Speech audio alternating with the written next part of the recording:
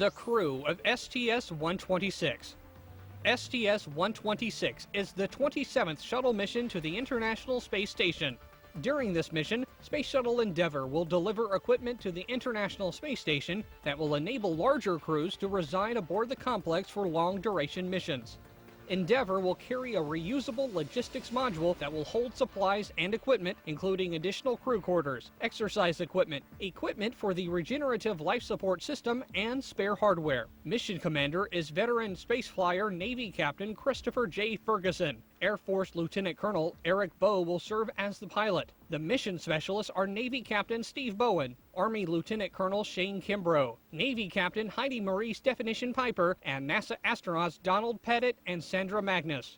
Magnus will remain on the station, replacing Expedition 17 and 18 flight engineer Greg Chamatoff, who returns to Earth with the STS-126 crew. Magnus will serve as a flight engineer and NASA science officer for Expedition 18 and will return to Earth on shuttle mission STS-119. For more information, visit www.nasa.gov/shuttle.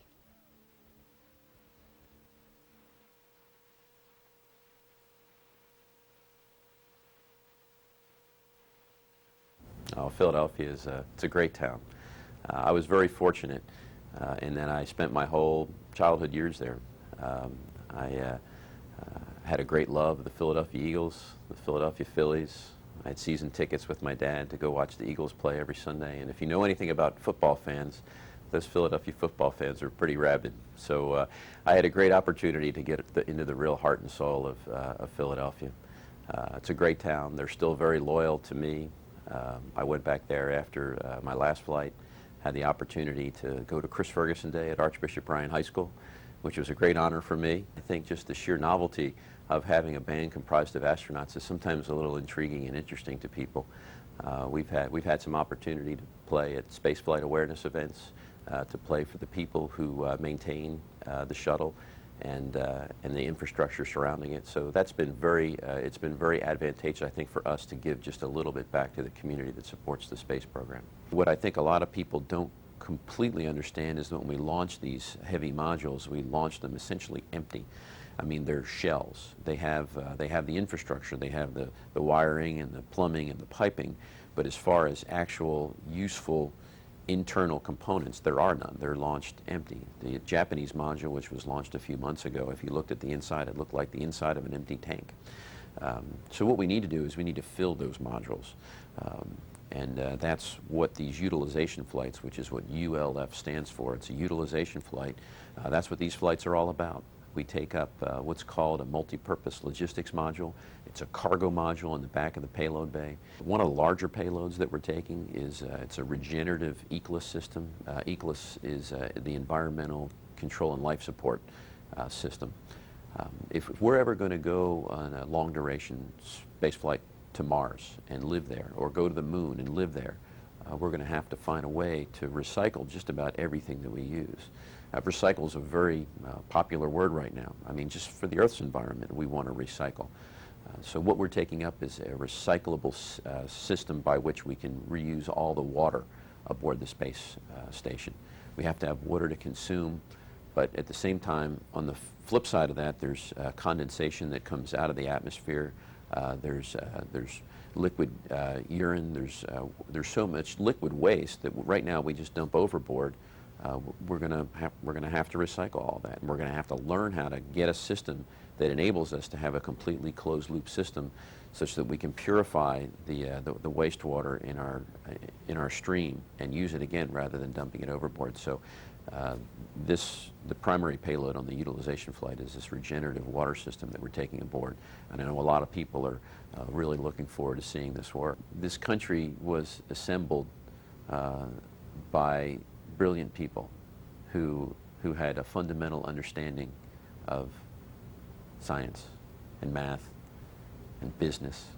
And if we're going to continue to be one of the preeminent world leaders, we're going to need a whole nother generation of young men and women who have a passion for understanding the things that we don't understand today.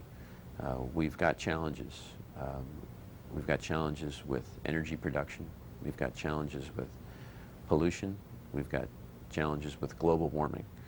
The answers are not going to find themselves. Only those who really understand the problem and the scientific basis of the problem are going to help find us an answer. So we need another generation of young men and women who are passionate about science and who want to grasp these problems and solve them for the world good. That's right. They're away, and now I'm making the measurements off of the top monitor. I'm consistently closer than the HHL. Really? So next thing we're looking for is Why don't we go low on the radar output?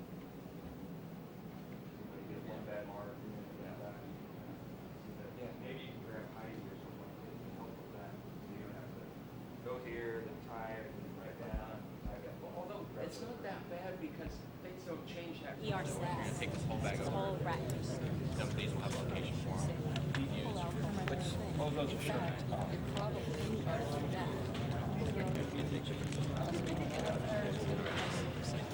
That's what they're all like this transfer. So So we're gonna do the same thing as the WAC. it's actually well, it's kind of see, you know.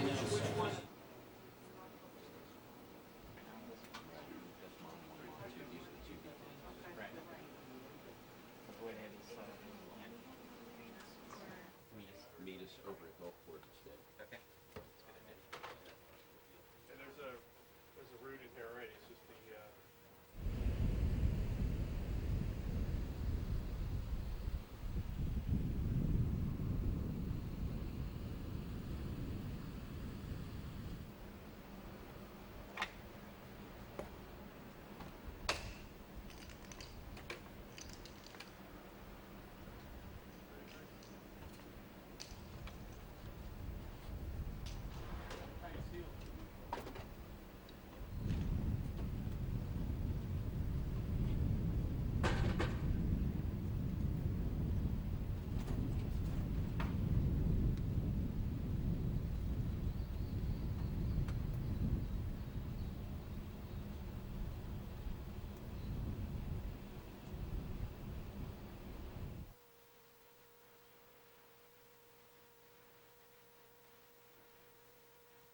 When the moon landings happened, I was 5 years old, and I remember my parents calling me into the room and telling me about, hey, watch this is really important stuff. And of course, as a 5-year-old, I barely had enough time to actually stop and sit in front of the TV and watch it. But years later, I can still remember the image on the black and white TV of seeing the moon landing, and that kind of put a little nugget in my brain to think about doing that in the future.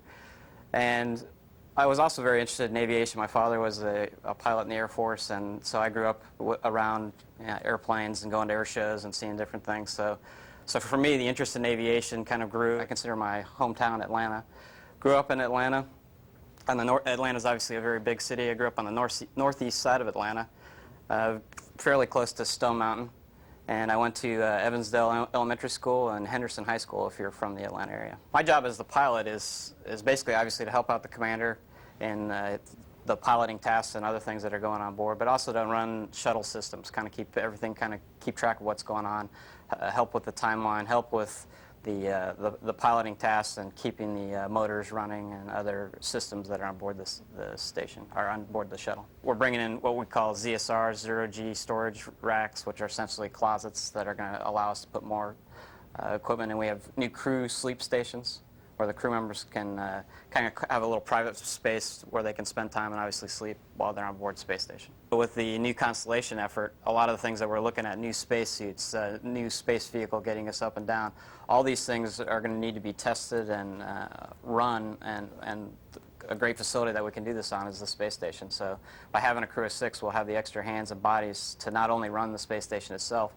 but also do the research and investigation that we'd like to handle. You ready for it? All set. Okay. Item 19. Execute. Okay, 90 degrees to go. So we got a time in the future. Houston, we're initiating. I mean, I'm not saying you make yourself too fast.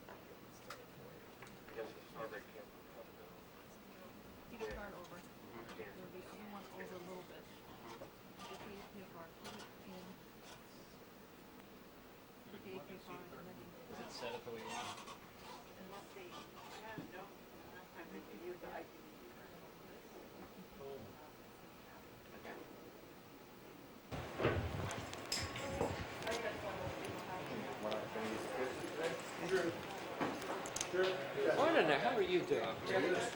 Yeah, I'm grabbing stuff. Have fun.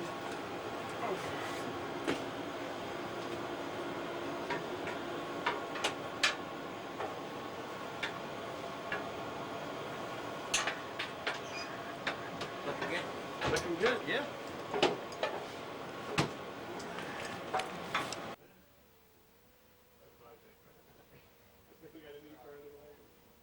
We had a couple pounds in there. Oh, did you see the radar code? Did you see this?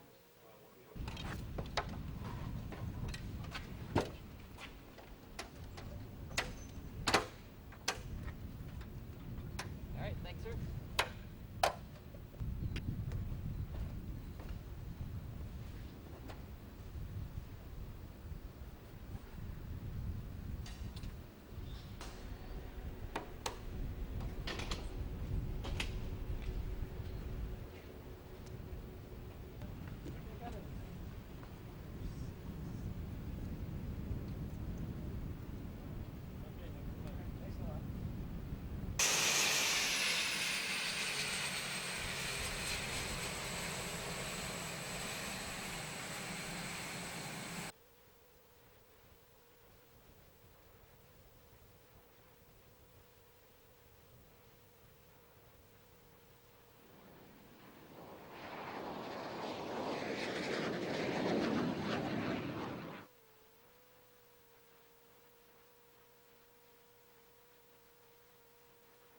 90% of your job is not flying in space.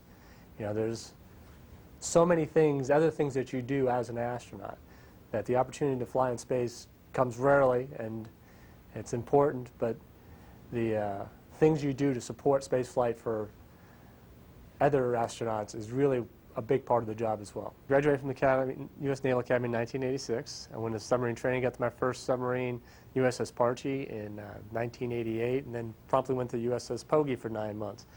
I returned to Parche and got her underway, did sea trials with her, and then went to graduate school at MIT in Woods Hole Oceanographic Institute. They have a program together, and that was a very good experience. They called me on July 20th, and I almost said no. I really did. I thought about it. I said, you know, this is such a great opportunity here, and it would be a real key thing to look back and say I had a part in that program. At the same time, I saw the astronaut program as another incredible opportunity, and as the first submarine officer asked to participate, I felt an obligation that it would probably be the right thing to do. The opportunity to increase the science capability of the space station exists, and as we get more crew members up there, the ability to utilize the equipment on board to create and develop the scientific research will increase as well. So really getting up to 6 people is a way of fulfilling the mission initially thought of for the International Space Station. I have 3 children, and so taking them to their swimming and soccer and ballet keeps you occupied most of the time. Before I got here, I played ice hockey pretty regularly. Taught them all how to skate. That's one thing I like to do. Don't get a great opportunity to do it down here. I've been kind of busy lately.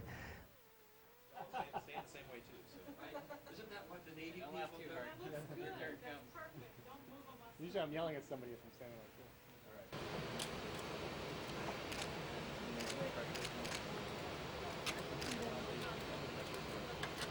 You have other fingers, Chris?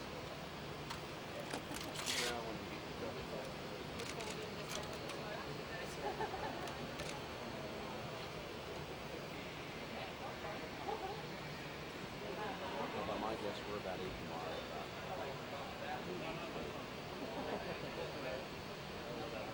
I guess you have an easy problem here. Like to push you over the way they're way down. They're not way down the back, they're way down the back. You're always like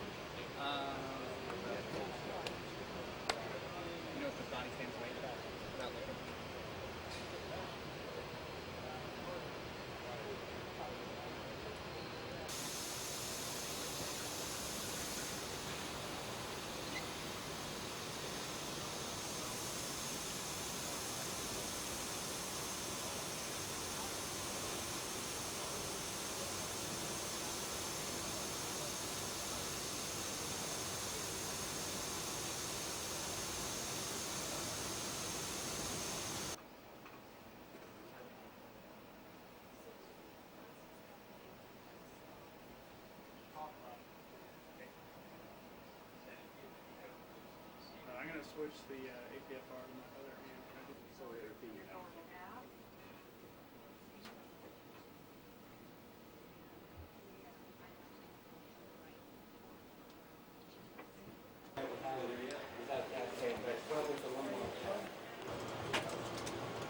ready? Yeah, come on up. Hey, Ramo. I can hear you. The MSCCU power is off, Don. There you go. Yeah, we can hear you, but you probably can't hear us. Oh, Yeah, if you cycle it, it should. Okay, testing, turn 1, up 2, your 3. volume on your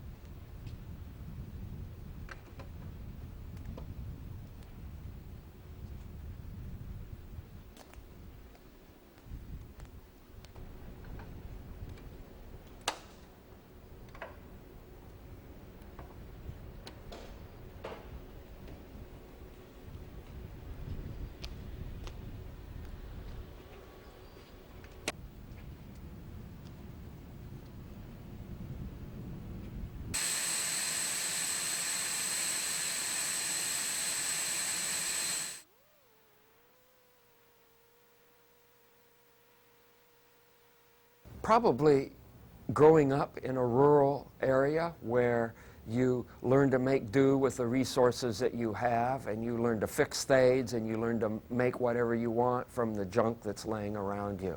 That's what I seem to be utilizing so much in my professional career. I was on a scientific expedition in New Zealand. This was a volcano fumarole gas sampling expedition as part of a scientific team from Los Alamos National Laboratory. And we were in the middle of doing our fumarole gas sampling when I got a phone call to come to NASA to be an astronaut. I am doing a lot of the internal construction work, and then I'm also flying the space station arm for the 2 EVAs and transferring this pressurized module that we're using to carry up supplies with. I think that almost any engineering endeavor that human beings do that really pushes the forefront of our technology takes a canonical 10 years to complete. If you look, for example, at the building of the Brooklyn Bridge, it took 10 years to do. It was behind schedule. It was over budget. It had a scandal or two thrown in there. They had to learn about new things called Casey's disease, which is really exposure to the bends. And they had to figure all of this stuff out in the process of making this huge suspension bridge. And building space station is fraught with the same kinds of perils as any of these major engineering projects. And to see them take 10 years to complete is not unexpected. And the amazing thing is how short people's memories are. A few years after the Brooklyn Bridge was built, people no longer thought about all the trials it took to build it. They were just thinking, what a marvelous engineering structure this is. And I think the same thing will happen with space station. 20 feet in minus 43.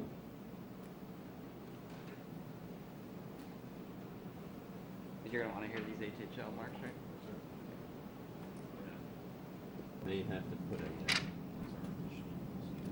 here's a couple of B's to the right. They try to catch Y here. Back to the ADAP. 15 degrees to go.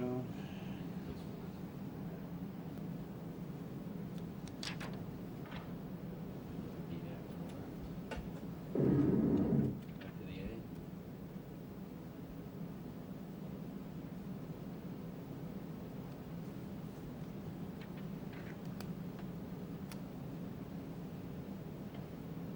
Whatever you want, but I noticed that they wanted all the serial numbers for all these little parts. You're not making them tell you. But if you tell us, then it helps us figure out when we suddenly go, wait, where to the camera and we can move it. Yeah. And where is this bag going to go? Where's that? Starboard 2. Starboard 2, D1. D1. Starboard to Starboard. You saw we have 37. So which one do you choose? this one for right now, I think. And then it's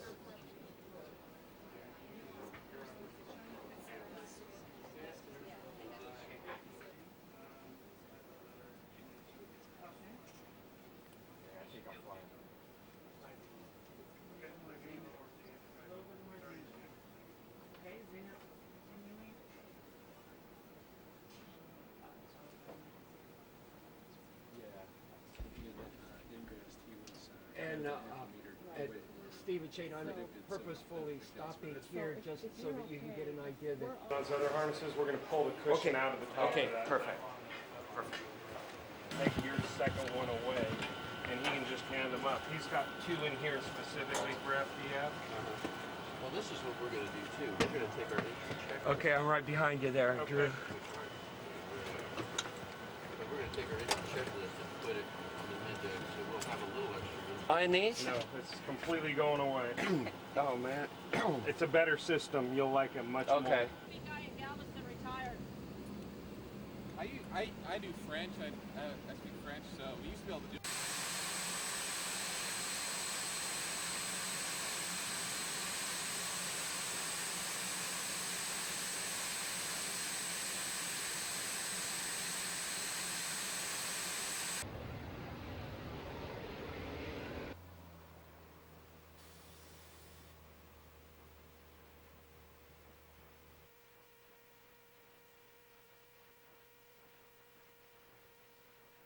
My grandparents lived right across from the launch site at Kennedy Space Center in Titusville. And so everything that launched back in the late 60s, early 70s, my grandfather would take me out to. So I saw the Apollo launches. I didn't really know it because I was an infant, but I was there for all those. But did see, as I grew up as a child, spent a lot of my summers down there with them. I got to see a lot of things launch, and that's what really sparked my interest in the space program. I think my operational background is really what most of the Army folks kind of bring to the table here at NASA, and that's really what I'm going to draw off of. Just being in operational environment, whether that's, in my case, helicopters or whatever, but actually doing real-time operations in some pretty tough situations, not always nominal, and I think that's what we bring to the table and what I'm going to draw off of for my mission. I think that the best thing I'm looking forward to is to just kind of get up there and look down at our beautiful Earth and see how wonderful it is and how fragile it is, and just having a different perspective than we do down here. Many other things, spacewalking and doing mission things, I'm obviously looking forward to those things as well, but I think just to have a few minutes to look out the window back at Earth is what I really look forward to. SARJ is, it stands for Solar Alpha Rotary Joint, and it's really what helps the solar arrays track the sun. So obviously we want them to optimize how much they can pull from the sun, which helps with our power generation on the space station. So if they can't really follow the sun, then we're not really generating the power that we could be on space station. That's the problem we're in now on the starboard side. It's not working like it should. So we're hoping with all this trundle bearing remove and replace and cleaning and lubing that we're going to leave this thing in a better position, a better posture to be able to track the sun the way it should be. Edge, and on the nose gear, the entire leading edge, both half corners, and then you can knock on that with your knuckles. It's very robust. Yeah, you kind of angle on it. What you're looking at. What if you get pretty normal to the surface? Like Shane, if you come over here, Velcro net does have a little strip, and it doesn't have these things.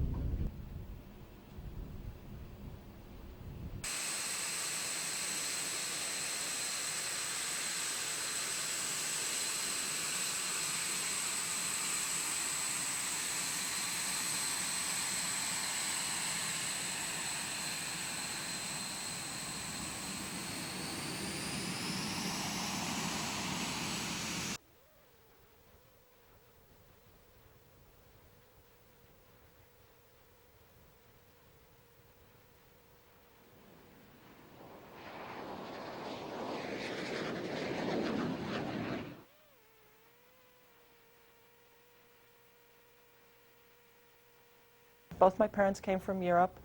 My father's Ukrainian, my mother's German, so we're definitely very ethnic upbringings, being first generation. So to me, that was normal because a lot of my friends, their parents were also first generation, so that to me that seemed normal. I like St. Paul. It's a nice area. It's a city. It's a big enough city that you feel like you're in civilization, but it's not overwhelming. It has 4 seasons, even though you get very extreme winters, but I like cold. I was in the Navy, and a fellow officer that was stationed with my husband had applied to the astronaut program, and so I was talking to him, and I looked up what NASA was doing, and they were talking about building Space Station Freedom and building a space station in space, and I looked at what they were planning and some of their training that we're doing, and I thought, that looks to me like more like diving than flying. And I was fixing ships for the Navy, doing underwater ship repair, and I thought, if I could fix ships underwater, I can build a space station in space. So that's about the time I was interested in becoming an astronaut. Your first impression is, boy, that's big.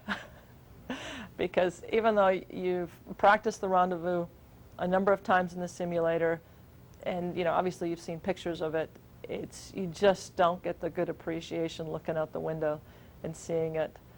And you look at it, both times when I was looking out at the window on rendezvous and looking at it when I'm outside EVA, is you realize that this is not just, a computer projection, on a screen.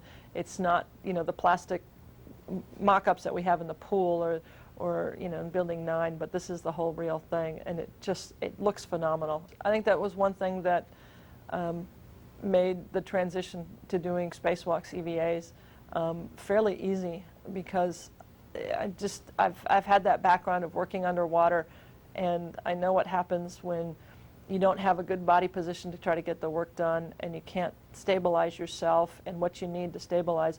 And so, I've just already had that ingrained in me, so that part of it was fairly easy. I remember on my first flight on 115, on the first EVA, right after I came out of the hatch and started translating, Joe Tanner, my partner, asked me, "So, what do you think?" And I said, "Well, it is a lot like the NBL, just, no divers and no bubbles." And so it is very, very similar. Really be all of that thermal barrier you would see. It's just that little strip between the tiles here. Of course,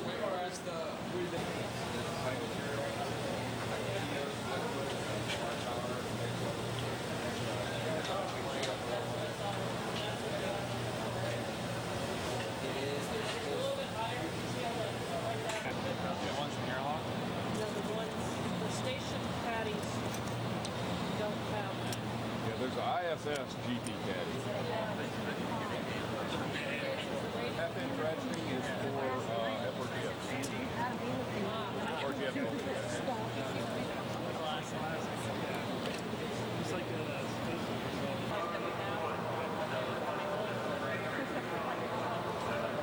Yeah.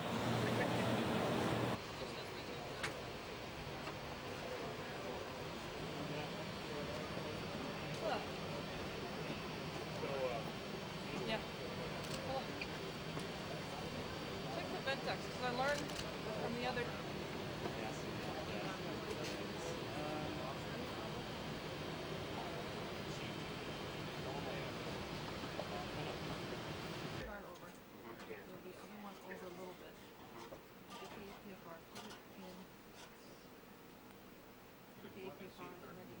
What? I agree.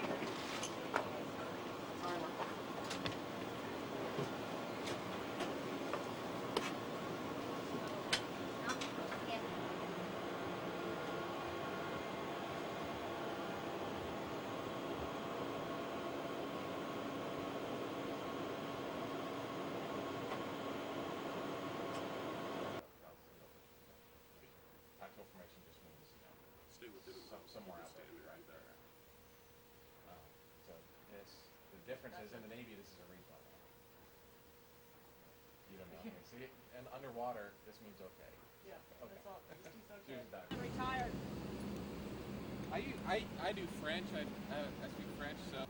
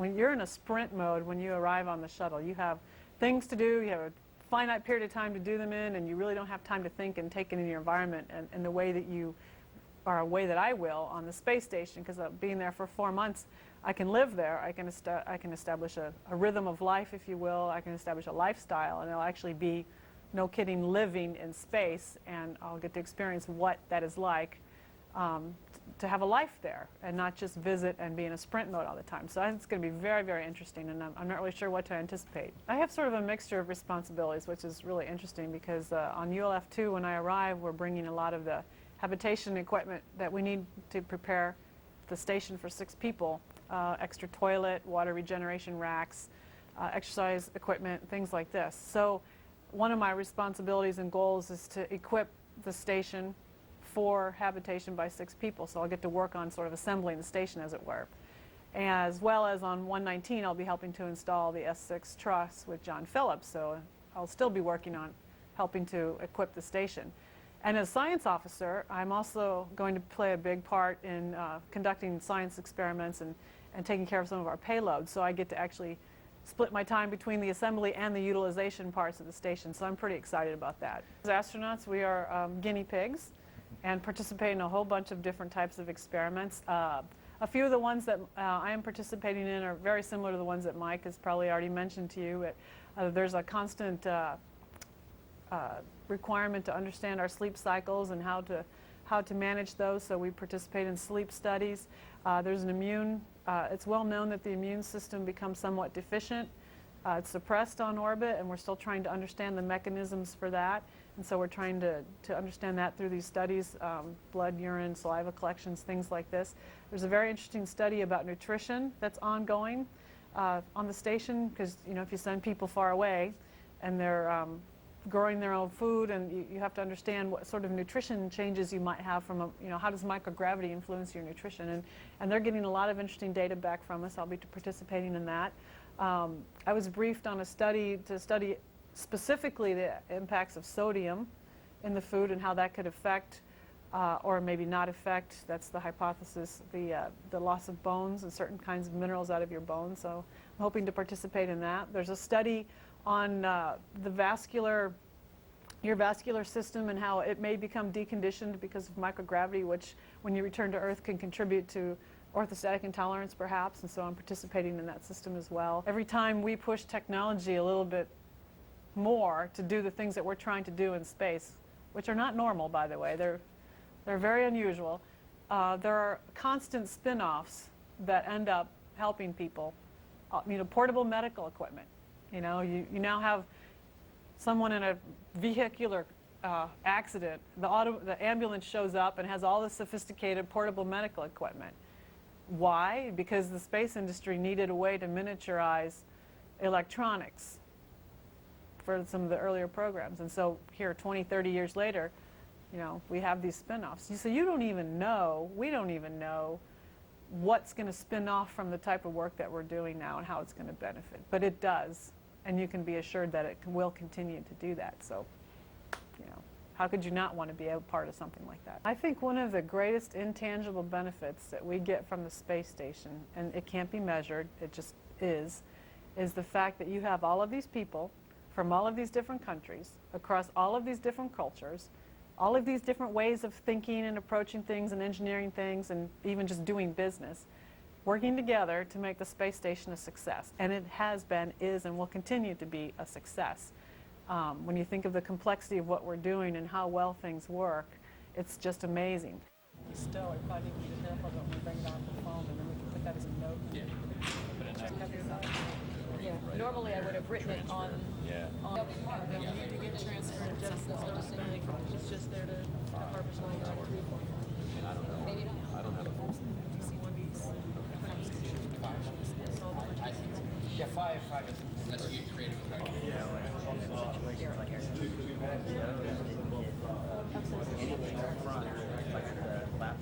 Now we're using that.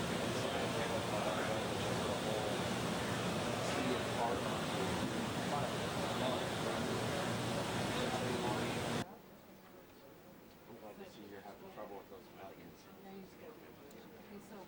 So here's 22. Okay. And you saw we have 37. So which one would you choose? This one for right now, I think. And then